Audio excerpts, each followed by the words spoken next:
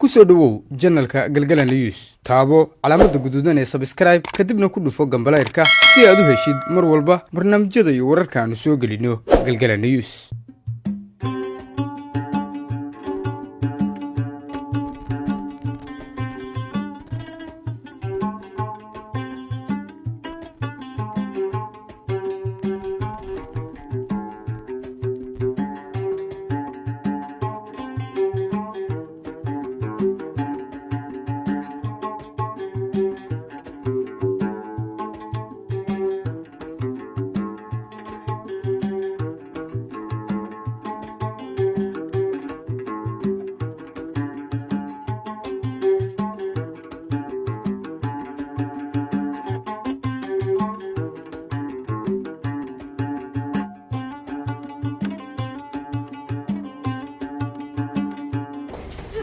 بسم الله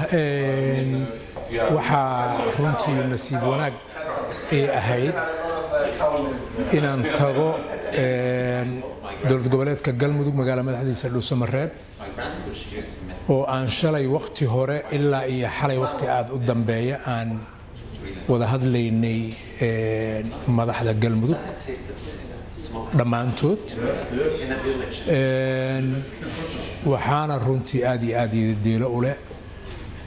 inaan kala soo noqday niyad wanaagsan oo ah inay bilaaban karto in arrimaha Galmudug miiska inta la saaro xal loo helo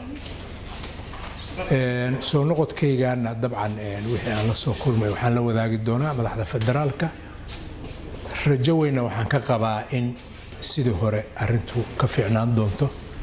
oo ay hagaagi doonto insha Allah inta kadib kala una waa hawl taala oo hadda aniga aanan kor saari karin waqti laakiin rajadaydu waa inay waqti dhamaato hadii alla yiraahdo ma hadsantiin